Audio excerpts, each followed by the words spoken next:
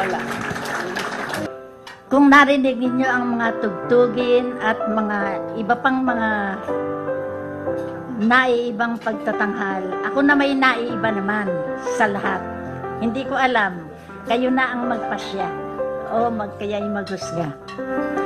Magbibigay ako sa inyo ng konting mahalagang kasaysayan ng aking buhay, kung paano ako at nakaging kabya ko si Orlando Villanueva na malayong malayo sa aming lugar.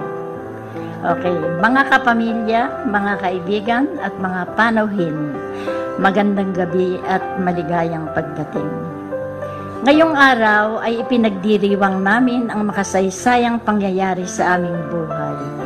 Ginugunita namin ang ika-50 anibersaryo ng aming kasal, Hulyo 15, 1963, nang kami pag-isang dibdib dito sa simbahan ng Lourdes, Quezon City. 50 taon na ang nakalipas. Masasabi kong isa kami sa pinakamapalad na nakarating sa ganitong haba ng panahong pagsasama. Kapwa buhay, malakas at masigla pa. Ang sikreto namin ay ang matibay na pananalig sa Diyos, paggalang sa isa't isa at timyas ng pagmamahalan. Sa katunayan, mabibihira natin ang mga umabot ng ganitong haba ng panahon. Sa aming 8 magkakapatid, ako lamang at si Sangkong Vicente ang nagkaganito. Sa panig naman ng aking asawa ay gayon din. Sa 7 silang magkakapatid, 1 babae at 1 rin ang ikinasal ng ganito.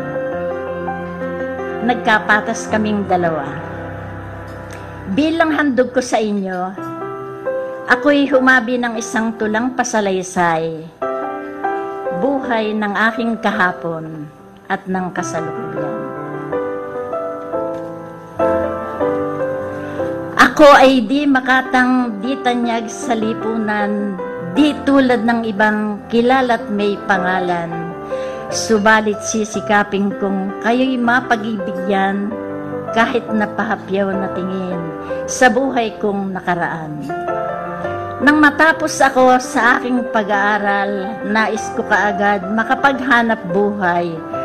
Dahil ako'y wala pang trabahong mapasukan, ako'y muna'y nagsilbi sa kapatid kong tumayong magulang.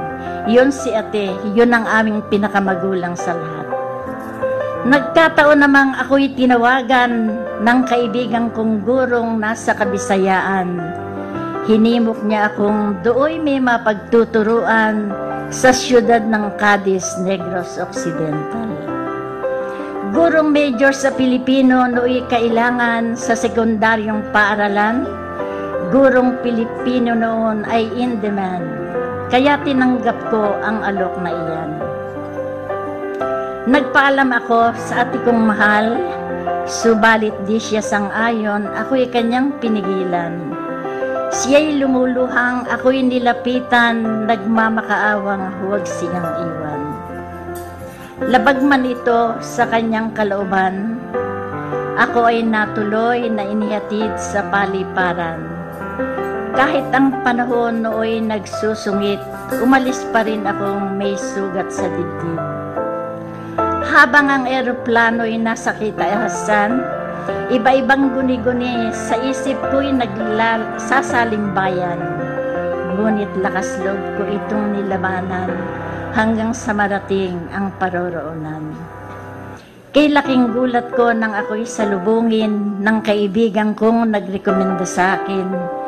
Ako'y ipinakilala sa kasama niyang giliw, Pilipinong superbisora pala, nakaaliw-aliw.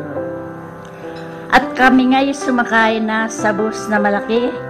Habang naglalakbay, di ako mapakali. Di ko maintindihan ang aking sarili. Katotohanan nga ba ito o isang guni-guni? Tingin ko'y malayo habang nakasakay. Hinagod ng pansin, lunti ang katubuhan. Nais kong umiyak, nais kong humiyaw, dahil sa lungkot kong nooy naramdaman. Dalamhati sa puso ko'y di maikakaila. Di ko masabi, ako'y nahihiya.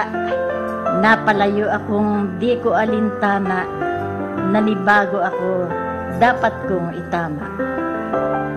Isang oras din kami ay naglakbay hanggang sa mariting isang paaralan. Mataas na paaralang Cadiz na pagtuturuan, punong guro doon sa akin ay naghihintay. Pagkatapos ng interview at tanggapin ang gawain, pinagturo agad ako, di ko sukat akalain. Sa araw ding yaon matapos ang gawain, ako ay naghanap ng matutuluyang aangkop sa akin. Pinalad naman ako at nakakita agad, gurong kasama ko, kasera pala'y tumatanggap. Doon ko nakilala, binatang anak niya, binatang may prinsipyo at may talino pa. Dumating ang araw, siya ay nanligaw. Napasagot ako, di ko nalalaman. Pagkat siya raw ay nasa tamang edad na, handa na raw siyang ako'y mapangasawa. Sa babaeng kanyang iniibig, minamahal niya. Ngayong nagkasundo, kami na nga'y itinakda, ang kasal namin itinakda, dito nga sa Maynila, simbahang Lourdes isinagawa. Na ngayon nga'y aming ginugunita ang muling pag-iisang dibdib, wagas at dakila. Lumipas ang mga araw, buwat taon ang binilang, 4 na anak ang sa amin ibinigay, naging 3 ang lalaking magkasunod at isang babaeng bunso sa lahat, yan si Joy. 3 ang anak kong pawang naging nurse, ngunit ang isa kong anak ay naiba ang kurso sa lahat. Unang nag-asawa ang bunso kong lalaki si Ayan at sila'y nabigyan ng 2 lalaki at 1 babae. Sumunod na nag-asawa ang bunso kong babaeng si Joy sa isang binatang puti tubong Amerika. Sila'y nagkaanak ng pareho ring 3, magkasunod ring lalaki at bunsong babae. Ang 2 kong anak lalaking magkasunod, si Bong at si Ding o si Orlando Jr. kung tawagin, tila yata di na mag-aasawa. Ang 3 kong nurse na may nakarating sa Amerika sa pamamagitan ng kani-kanilang working visa. Ang 2 kong lalaki mula sa panganay, kursong 2 ang natapos niya, nurse at parmasyotiko. Madali siyang nakapasok sa trabaho na may kaugnayan sa kanyang kurso. Matapos siyang makapasa sa state board niya sa pagkaparmasyotiko, nangako siyang ipapasyal na kami sa ibang bansa at tinupad niya ito. 2 linggo niya kaming inilibot sa Europa para rin bigyang kasiyahan at pahinga ang sarili niya.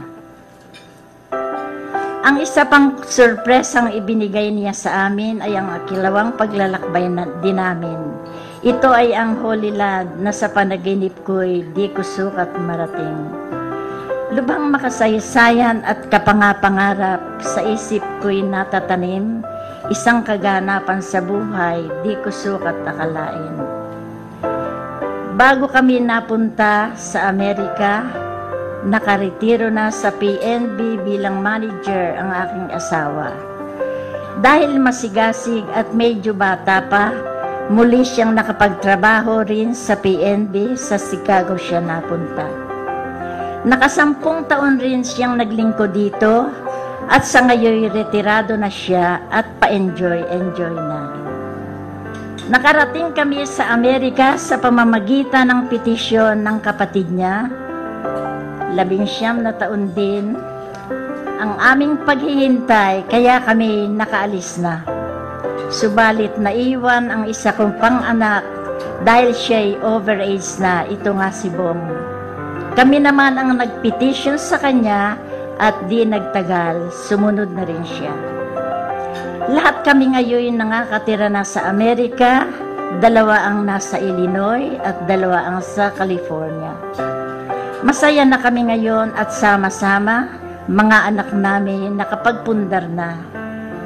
Ngayong kami nasa dapit hapon na ng buhay, wala na akong mahihiling pa.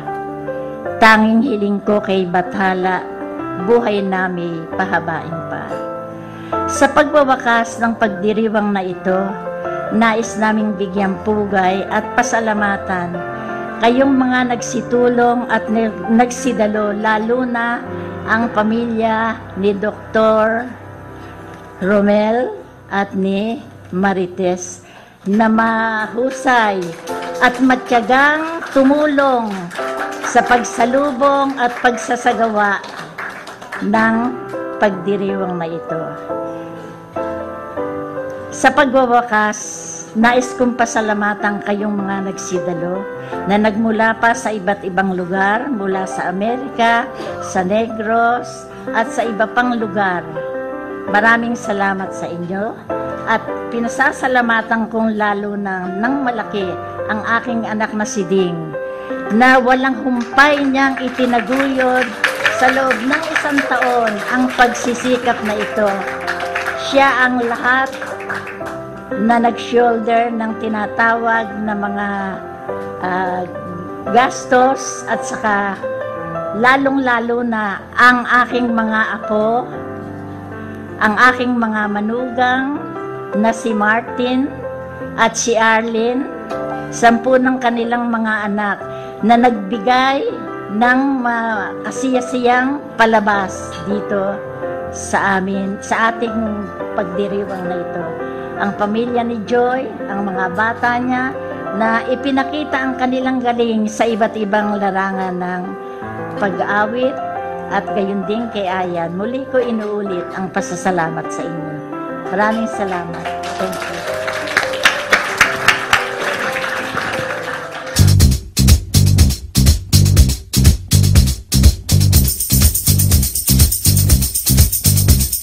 Love is in the air, everywhere I look around.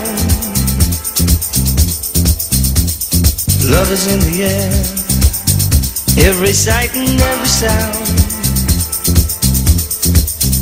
And I don't know if I'm being foolish, don't know if I'm being wise, but it's something that I must believe in, and it's there when I look in your eyes.